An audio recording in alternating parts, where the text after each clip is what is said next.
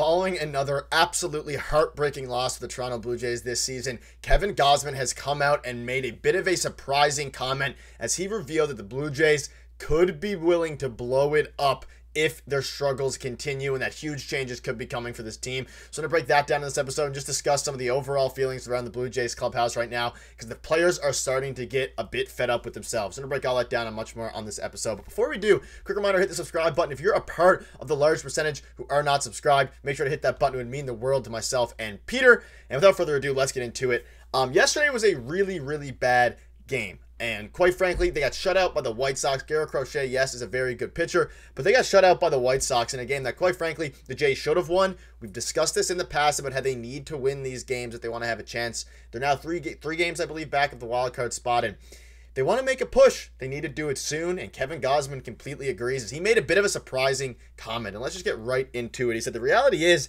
if we don't play well, this team will not be together for much longer, indicating that a blow-up could be happening if they don't get it together very soon. And we've made a few videos on this channel discussing the current state of the Blue Jays, how reports are indicating as recent as yesterday that they could be looking to or already have been beginning to potentially shop around Bo Bichette and Vladimir Guerrero Jr.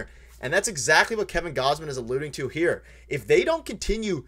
If they don't start winning games and continue to win after or before yesterday's game, they got a couple wins in a row. If they don't turn it around, people are going to get traded, whether that's Bo Bichette, whether that's Vladimir Guerrero Jr., whether that is the rentals, pending free agents they have, Yusei Kikuchi, Jimmy Garcia, maybe even Jordan Romano. We've seen him linked to the Orioles. Like, there's so many signs pointing to if the Jays aren't in a playoff spot by the trade deadline, they could look to potentially ship off some of these guys and do a retool. They could re-sign Vladdy and then trade off Bo, trade off Jimmy Garcia, trade off all these guys and retool. And to see a player come out and say this is very interesting. And the biggest thing here is that, again, if they don't fix it very soon, it's going to be a major problem. And you look at the struggles the Jays are having. This is from John Morosi. The Jays have 0 home runs from the cleanup spot this year. And they asked one of their MLB Network researchers for context. Here it is. This is the longest cleanup home run drought to begin an MLB season since 1997. To put in perspective how bad this is, like, the Jays offense has been not necessarily historically bad, but in some regards historically bad. And it was starting to come around. We've seen Vladdy starting to get going over 400 average in May, and he's starting to turn it around. Bo Bichette has some signs of turning it around. But then you have games like yesterday where you combine for 2 hits against a White Sox team who's very bad. Obviously, Gosse, we saw John Schneider's comments. He tipped his hat to Gosse, saying the kid is great, the kid is nasty, he throws 100 miles per hour, he's got good expletive. That's what John Schneider said yesterday. And ultimately, it's not good enough for the team to be doing this. Like, we've been saying this the whole time, and quite frankly, moves and changes are going to come. We've seen reports, we'll get into in a minute, where, like, the Jays front office now has no point. They've put themselves in this position. We knew coming into this year that this offense was going to struggle unless Vladimir Guerrero Jr., Bo Bichette, and all these guys have internal improvement. And we're seeing in a year where Davis Schneider's performing well, Danny Jansen's performing very well, Dalton Vaulshow's performing fairly well. But Bo Bichette and Vladdy, even though they're starting to pick it up, they just don't have the firepower to compete with a lot of these teams. Not necessarily the White Sox, but their additions were IKF, who's been pretty bad, but he's been about his league average, like his league average, which is below league average hitting. His average so far throughout the entire course of his career is exactly what he's doing with the Jays right now, about a 650, 675 OPS. But then you look at Justin Turner, who's been ice cold as of late. He snapped his over 79 or over 29 streak recently. Like, ultimately, it's been a problem. The pitching has been pretty elite. The bullpen struggled. Like, there's so many things that have come together to make this team bad. And are they a bad team? Not really. On the surface level, I think they're a very decent team. I think if everything clicked, they had the chance to fight for not necessarily the division, but the wild card spot, or one of the wild card spots. But when you have teams like the Orioles, you have teams like the Yankees who went out there at the trade deadline last year, went out there in the free agency, you picked up Juan Soto, the Orioles picked up Corbin Burns, and the Jays just stayed complacent. Yes, they were going for Shohei Ohtani. It didn't seem like they made a huge offer for Soto, or at least they didn't want to match the offer. So now they're stuck at a point where you have your players saying this in the middle of a rut, where the Jays are 21-26, and their own players are saying that they might not be together for much longer. I doubt Kevin Gausman's going to get moved, but they're going to be exploring moving the core at the deadline. If you saw a report from earlier in the week, you can see here, like, there's a lot of reports going on. I'll get into these comments in a second, but, like, there's so many reports going on. You look at the stats, the 21-26.